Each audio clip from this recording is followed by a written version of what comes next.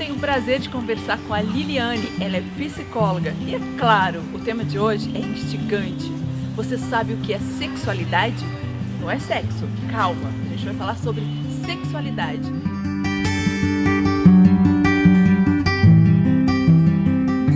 Dúvidas aí sobre sexualidade e sexo? Será que é a mesma coisa?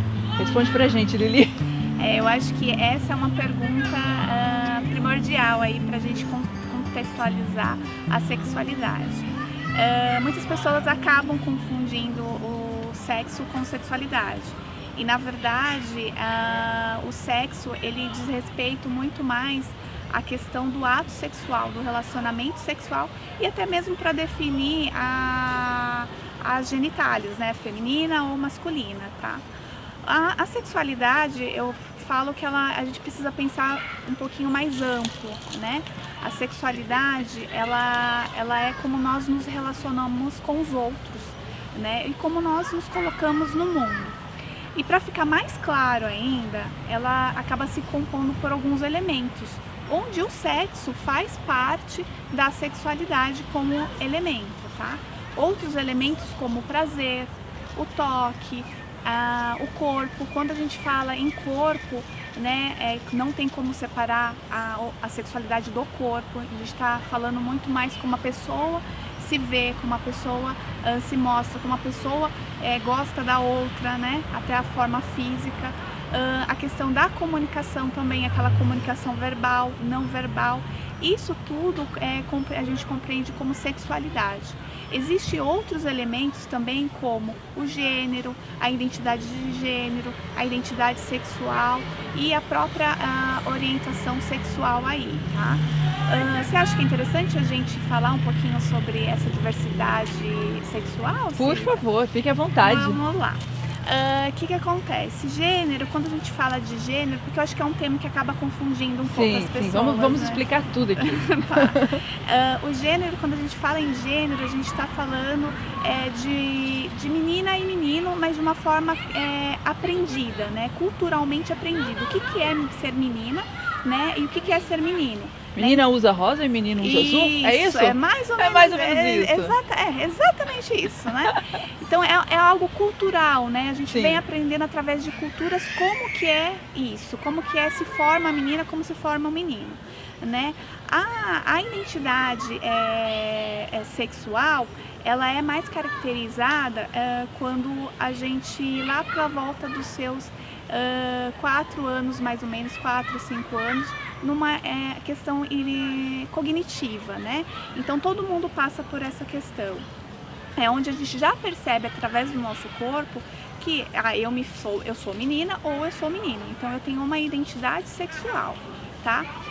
A identidade de gênero, né, é quando eu acabo atendendo mais às respectivas expectativas, né, de um conceito mais feminino ou um conceito mais masculino. Então eu sou uma menina, né, eu sou uma menina, eu sou considerada uma mulher, uma menina, mas eu gosto muito mais, eu me sinto muito mais à vontade no universo masculino, tá? E vice-versa também. E a orientação sexual aí é mais como a gente sabe, né? Então a parte onde a gente acaba se dedicando a nossa afetividade para o outro, né? Então se eu sou heterossexual, se eu sou homossexual, se eu sou bissexual ou se eu sou assexuado, né? Assexuado também entra nessa questão porque esse é um outro tabu, né, que as pessoas acabam não comentando muito, mas existem pessoas que realmente não sentem interesse em outras afetivamente ou não se sente a vontade em ter prazer sexual com outras, então são consideradas assexuadas, tá? Você acha que a sexualidade é como futebol e religião? Não dá pra discutir muito? Por isso que existe esse tabu? Na verdade, eu acredito que precisa ser discutida, né? A gente precisa discutir, eu acho que já foi muito tabu, né? Esse tema ele já foi muito castrado, né? E nos dias de hoje, né, a gente vê uma evolução muito sobre esse tema, né? Então não precisa ser conversado, não é? Cada um tem a sua, ok, né? Mas às vezes não adianta ficar cada um na sua caixinha. A gente precisa discutir, precisa abordar mais esse tema, até mesmo por uma questão de saúde sexual das pessoas. Quando a gente fala sobre sexualidade e religião, é complicado, né? Porque cada um tem um entendimento ou adquire depois ao longo do tempo, ao longo da vida. Dá pra gente discutir isso uma outra vez, Lili? Dá, Sexualidade sim, e religião? sim, super. Sexualidade? E como ela é, eu diria, influenciada? Sim. Todos nós temos a nossa sexualidade do momento em que nós nascemos até o momento que a gente morre, né? O que eu sempre costumo falar é que a sexualidade ela é algo dinâmico, né? Então, ao longo da nossa vida, dependendo das experiências que você tem, que você acaba tendo esse tipo de vivência, né? Você acaba abrindo mais um leque da sua sexualidade, né? Mas ela é totalmente dinâmica. Ô Lili, então é certo falar que a sexualidade ela é única como personalidade para cada um, para cada indivíduo? Sim. A sexualidade ela é única, né? Apesar que às vezes a gente compartilha os mesmos desejos, os mesmos apetites sexuais, tal, mas não dá para falar que ela é igual para todo mundo. Ela apresenta de forma muito peculiar para cada pessoa, né? Então, por exemplo, ela vai muito de encontro com as nossas realidades biológicas, sociais e até mesmo psicológicas. Então, por exemplo, quando a gente é pequenininha, a gente escuta muito aquelas questões dos nossos pais. Não mexe aí, não faz isso, fecha a perna, tal. Todas essas questões são um controle do corpo, né? Em que, em vez de você estar praticando o bem para a criança, na verdade você está deixando traços mais para frente para criar uma vulnerabilidade para a pessoa, para o adulto, para a criança propriamente dito. Até mesmo a curiosidade, Lili, de saber o que é aquilo. Sim. Quando você coloca, não coloca a mão aí, quando o pai coloca, não coloca a mão aí, não mexe aí, quer dizer, não coloca a mão nas partes íntimas, Isso. minha filha, meu filho. Sim. É uma preocupação com a virgindade da menina nos dias de hoje ainda? Sim, existe isso também, né, que é uma preocupação, obviamente, dos pais, não colocam, né, a mão aí, isso é feio, tal. Qual que é a mensagem que você está passando isso para a criança, né? Que é o corpo, que a sua sexualidade é feia. E aí, como que esse adulto vai crescer? É aí que começa a ter as barreiras emocionais, né? Porque desde pequeno você aprendeu, né? Ou você sentiu no ambiente da casa que isso era algo que não podia ser dito, né? Então, acaba acontecendo muito realmente essa questão aí, Cida. Lili, comenta-se que o desejo de parecer desejável é maior do que a vontade de fazer o sexo para algumas mulheres. É real isso? Sim. A gente entrando nesse universo feminino, falando mais especificamente sobre a sexualidade feminina, que sempre foi um tabu, né? Eu acredito que a pergunta em si refere-se muito à questão da mídia, da própria publicidade, né? Eu sei que existem efeitos legais, importantes, né, que acaba promovendo, mas se não com muito cuidado, pode gerar algo muito devastador na sexualidade feminina e na sexualidade sexual da mulher, né? Então eu percebo muito, Cida, que as mulheres elas estão preocupadas em parecer fazer sexo do que propriamente estar ali ativamente, se dando prazer, se promovendo prazer, né, e também promovendo para o outro, né? Então a sociedade ela acaba vendendo muito esse cenário, né? E infelizmente, né, isso acaba gerando uma expectativa, né, de uma busca do ideal de beleza que às vezes nunca é alcançado, né? Então é uma energia que a gente coloca buscando esse ideal de beleza, né, colocando essas expectativas, né, para mostrar para os outros, né? E a gente acaba esquecendo do nosso verdadeiro eu, do que realmente a gente gosta, né, do que realmente vale a pena a gente passar enquanto prazer, né? Lili, na outra resposta, você disse que a sexualidade feminina ela pode mudar com o passar do tempo, com as experiências que ela vem ganhando. Então, é normal a mulher perder e ter uma baixo libido? Sim, Baixo libido? baixo libido. Baixo libido? Uma baixa libido sexual, com certeza, né? A gente passa por várias vivências, né? Então, existem pesquisas que falam que a sexualidade feminina, ela tem um pico que é na puberdade e tal, né? Mas que depois, ao longo do processo evolutivo nosso, ela vai diminuindo, né? Eu acredito que é por tudo, né? Às vezes a pressão da própria vida faz as mulheres acabar tendo essa baixa libido sexual, né? Outras questões também é o fato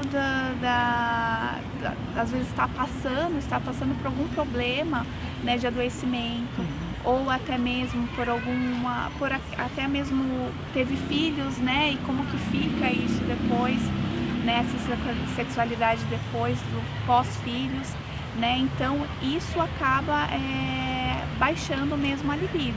Existem alguns estudos que tratam isso como um transtorno, né? Um transtorno da libido baixa, né? A falta de desejo sexual? Isso, a falta de desejo. Hoje em dia é tratada como transtorno. Existem alguns estudos que aplicam como transtorno, né? E muitas mulheres, elas buscam esse tipo, uma cura para esse transtorno, mas às vezes, bem orientadas, elas descobrem que, na verdade, elas precisam fazer as pazes com a sexualidade delas, né? De que forma, Lili? Isso é muito, muito importante.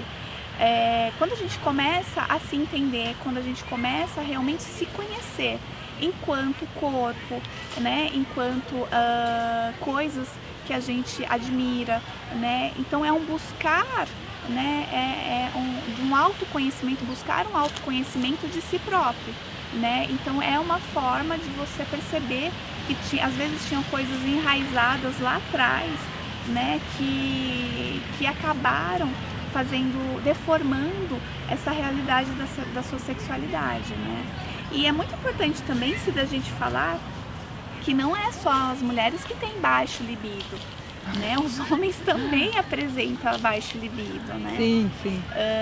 Então, às vezes, por conta das pressões da vida, como eu falei anteriormente, às vezes até mesmo uma questão de depressão, né? Algum tipo de doença, né? Isso acaba mexendo pressão no emprego, falta de Exatamente. dinheiro, Isso término de tudo. relacionamento, Exato. tantas coisas, né, Lili? Exatamente, isso acaba fazendo a ter uma baixa libido aí também, né? Mas você acha que é mais na mulher do que no homem ou não? Ou está igual?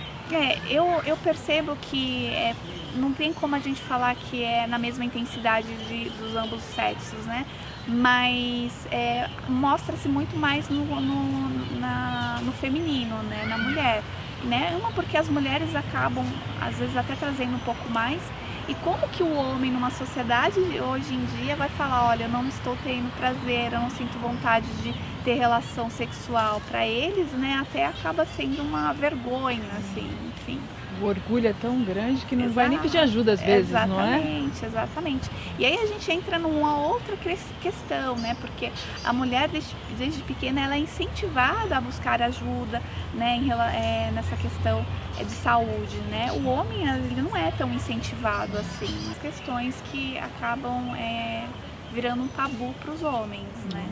O sinal de fraqueza, o orgulho, o medo, né? Às vezes muito tem medo também, tem medos de ir e descobrir alguma coisa, tal. Lili, quando você falou sobre adoecimento, você é uma psicóloga da área de oncologia.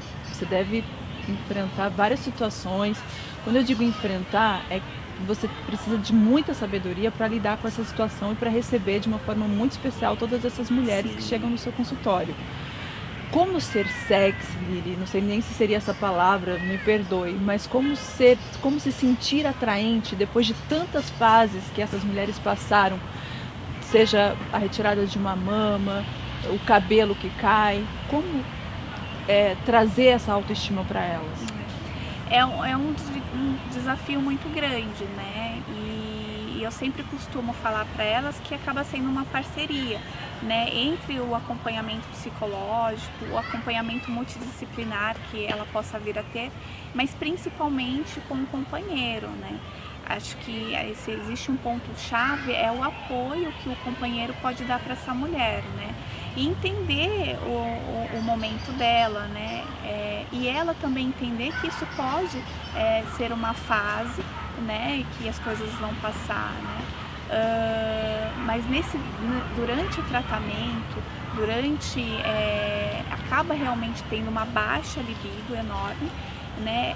Uma por conta, se é uma paciente que perdeu a mama, né, ou está em tratamento quimioterápico e tem os efeitos colaterais, não só é a reação do corpo em si, mas até mesmo alguns quimioterápicos eles promovem secura vaginal, então a relação ela fica muito mais dolorida. Né? Então é muito complicado, né?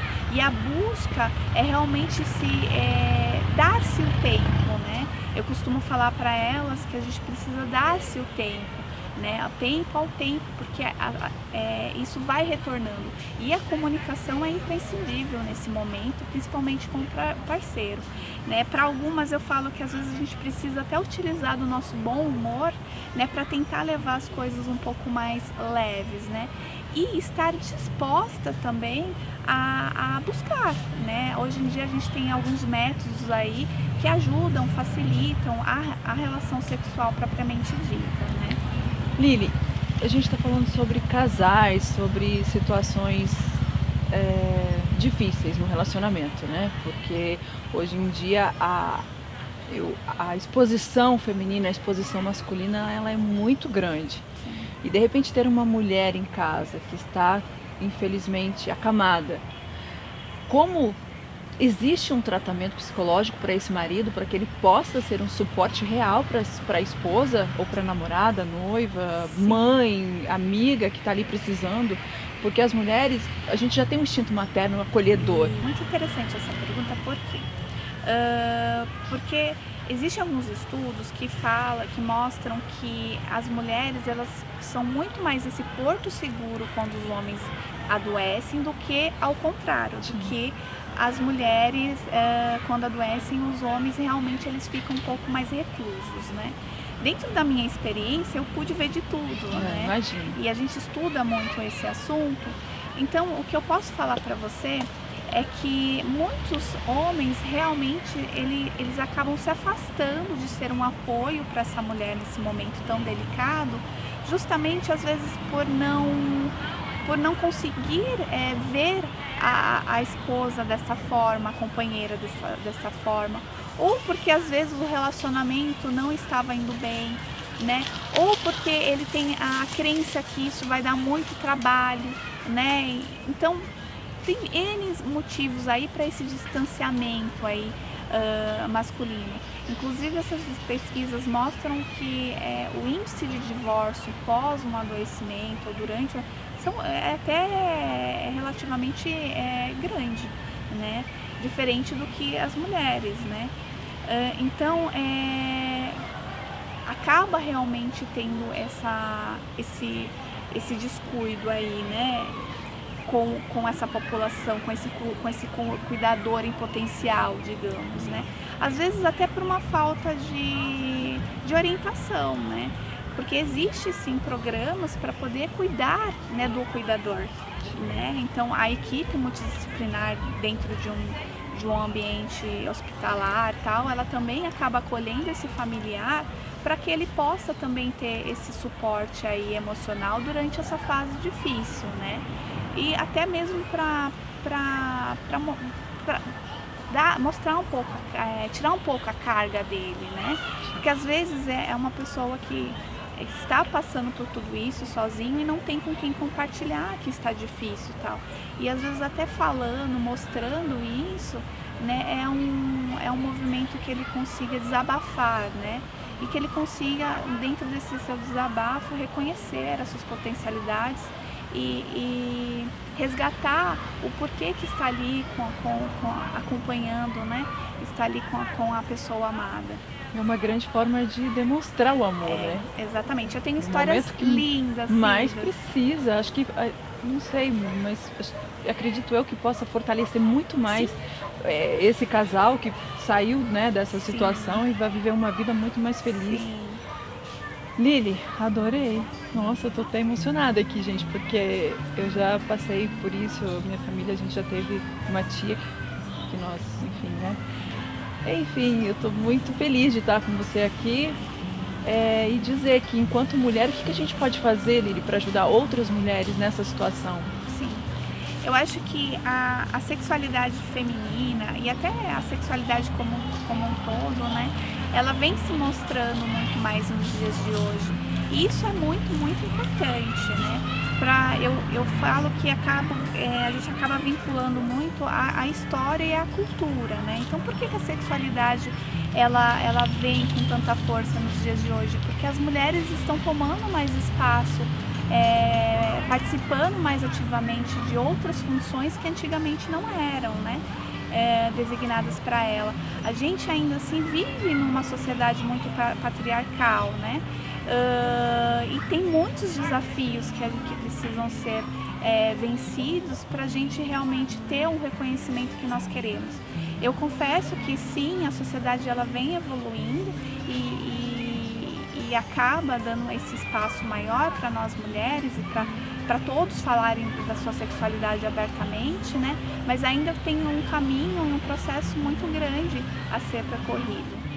Qual que é o seu e-mail, seu Instagram, para que as pessoas possam te encontrar e mandar direct, perguntas e, enfim, ser feliz? Sim. O meu e-mail é limarques@gmail.com e o meu Instagram é psicolimarques. Obrigada, Li. Obrigada a você. Gostou desse vídeo? Não esquece de compartilhar, de curtir e de ser feliz.